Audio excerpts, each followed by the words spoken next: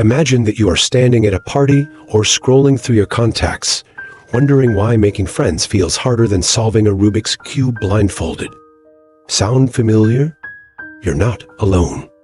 The truth is, being social doesn't come naturally to everyone, and the advice out there like, just be yourself, or join a club, often feels as helpful as telling someone to just fly when they're afraid of heights. This guide isn't about generic tips or theories. It's rooted in real-life struggles and practical solutions. Whether you're an introvert looking to expand your circle, someone stuck in a rut of small talk, or just tired of feeling like the background character in your own life, this is for you. Here are 15 different methods that you can pick from based on your personality and what comes naturally to you. Before we start, hit that subscribe button if you want more videos from us. Method 1. Filter out the boring people. Now, don't get me wrong. I'm not saying people are inherently boring. Far from it. But not everyone is going to vibe with you, and that's okay. Imagine walking into a room and spending weeks trying to figure out who you click with. Why waste all that time? Instead, skip the small talk and let your real self shine. Share your quirks, your weird humor, or that odd hot take that's been sitting in your brain. The beauty here is that people who truly resonate with your personality will naturally stick around. And those who do not, well, you've saved yourself the time and effort. Remember, authenticity is your best filter. Let it do the heavy lifting. Method 2. Share your unique interests. You know what people remember. Passion. It doesn't matter if your passion is something niche, like pressure washing driveways or painting miniatures. What's exciting to you makes you stand out. Talk about it. Here's the trick. Explain it in a way that anyone can understand. You don't need to go full expert mode. Just keep it simple and engaging. And when you've shared enough, flip the script. Ask about their interests. You'll find that when you both share what lights you up, the connection grows deeper and more genuine. Method 3. Stop overthinking. How many times have you been in a group setting and your brain just won't stop running? You're sitting there thinking, what do I say? When should I say it? What if it comes out wrong? By the time you figure out the perfect thing to say, the conversation has already moved on. Here's the truth. Overthinking is like putting a filter on your natural personality, and filters slow you down. Instead, let your responses flow naturally. Hear something funny? Laugh. Have a thought? Share it. Sure, you might stumble or say something awkward from time to time, but that's not a failure. That's practice. Think of it this way. The only way to improve your conversational skills is by having conversations. Every stumble is just a step forward. So, let go of the need to be perfect and just be present. Method 4. Don't force friendships. We've all been there, trying too hard to connect with someone who doesn't seem to care. It feels frustrating, even a little soul-crushing. But here's the thing.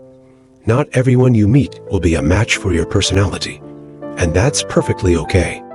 Instead of clinging to people who don't appreciate your vibe, focus on finding those who do. Pay attention to how people respond to you. If they seem genuinely interested, great. If not, move on. You don't need everyone to like you. You just need the right people to like you. And remember, every no you get is simply clearing space for the yes that's waiting around the corner. Friendships aren't about quantity. They're about quality. Method 5. Be the main character.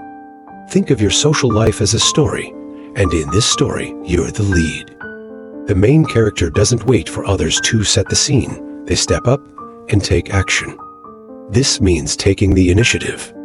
Start conversations with strangers. It can be as simple as saying, "Hey, how's it going?" or complimenting someone's choice of book or outfit. Once you're talking, shift the focus to them. Ask about their lives, what they enjoy, where they've been, or what they're passionate about. Here's the secret. When you show genuine curiosity, People often respond with warmth and openness. They'll appreciate that you made the effort to connect. By leading the interaction, you set the tone and create opportunities for meaningful connections. Method 6. Embracing the side character role. Sometimes, the most impactful thing you can do in a conversation is to step back and make the other person feel like they're the main character. This is where Dale Carnegie's wisdom comes in. Focus on others. Compliment them. It doesn't have to be anything grand. A simple, "You did such a great job explaining that," can make someone's day. Use their name when you talk to them. There's something about hearing your own name that feels personal and affirming. Ask about their lives, their interests, their stories, and genuinely listen. People are naturally drawn to those who make them feel valued and important. By playing this supportive role, you create a connection built on empathy and kindness. Method 7. Be transparent. Building trust starts with a little vulnerability. If you want someone to feel comfortable around you, take the first step by being honest about your intentions. Something as simple as saying, "Hey, you seem really cool. Do you want to hang out sometime?" can work wonders. Why does this matter? Because transparency cuts through the surface level small talk and shows that you value the other person. It says, "I'm interested in getting to know you better." And when you're genuine, people respond with openness in return. Think of transparency as removing the walls that often keep us guarded in conversations. It's not about oversharing. It's about being real. And realness builds connections. Method 8. Empathize with others. We've all heard the classic, "How are you?" But let's be honest, it rarely leads to a meaningful answer. Instead, try asking something like, "Is there anything that's been bothering you lately?" This might sound bold, but it shows you genuinely care about their well-being. People often appreciate the chance to share what's really on their mind, whether it's a tough day at work, an injury, or just something they've been struggling with. Method 9. Create group chats. When you meet new people, keeping in touch can feel awkward if you don't have a way to reconnect. This is where group chats come in. After a fun gathering or activity, casually suggest creating a group chat. Say something like, "Hey, should we make a group chat so we can plan another hangout?" Most people will appreciate the initiative. It keeps the momentum alive and makes it easier to stay connected. Even if the chat goes quiet after a while, you now have everyone's contact info. It's a simple, low-pressure way to foster regular interactions and keep the door open for future plans. Method 10. Offering or asking for favors. This one might surprise you, but doing small favors or asking for them can be a great way to build trust and rapport. When you help someone, whether it's giving advice or lending a hand, it shows that you care about them. It's a genuine way to add value to their life. On the flip side, asking for a small favor like, "Can you help me carry this?" or "Do you know a good place for coffee around here?" creates an opportunity for them to feel useful and appreciated. Psychologists call this the Benjamin Franklin effect. When someone helps you, they're more likely to feel positively toward you because they've invested effort in the relationship. It's a win-win that fosters mutual respect and trust. Empathy isn't about solving their problems. It's about listening and letting them feel heard. When you do this, you create a safe space for deeper, more meaningful conversations. Method 11. Pickup line for conversations. No, I'm not talking about the kind of pickup lines you hear in rom-coms. This is about having a go-to question or comment that breaks the ice with someone new. For example, you could ask, "If you could live anywhere in the world, where would it be?" Or, "What's the most random thing you've done lately?" It doesn't have to be perfect or profound. It just needs to open the door to a conversation.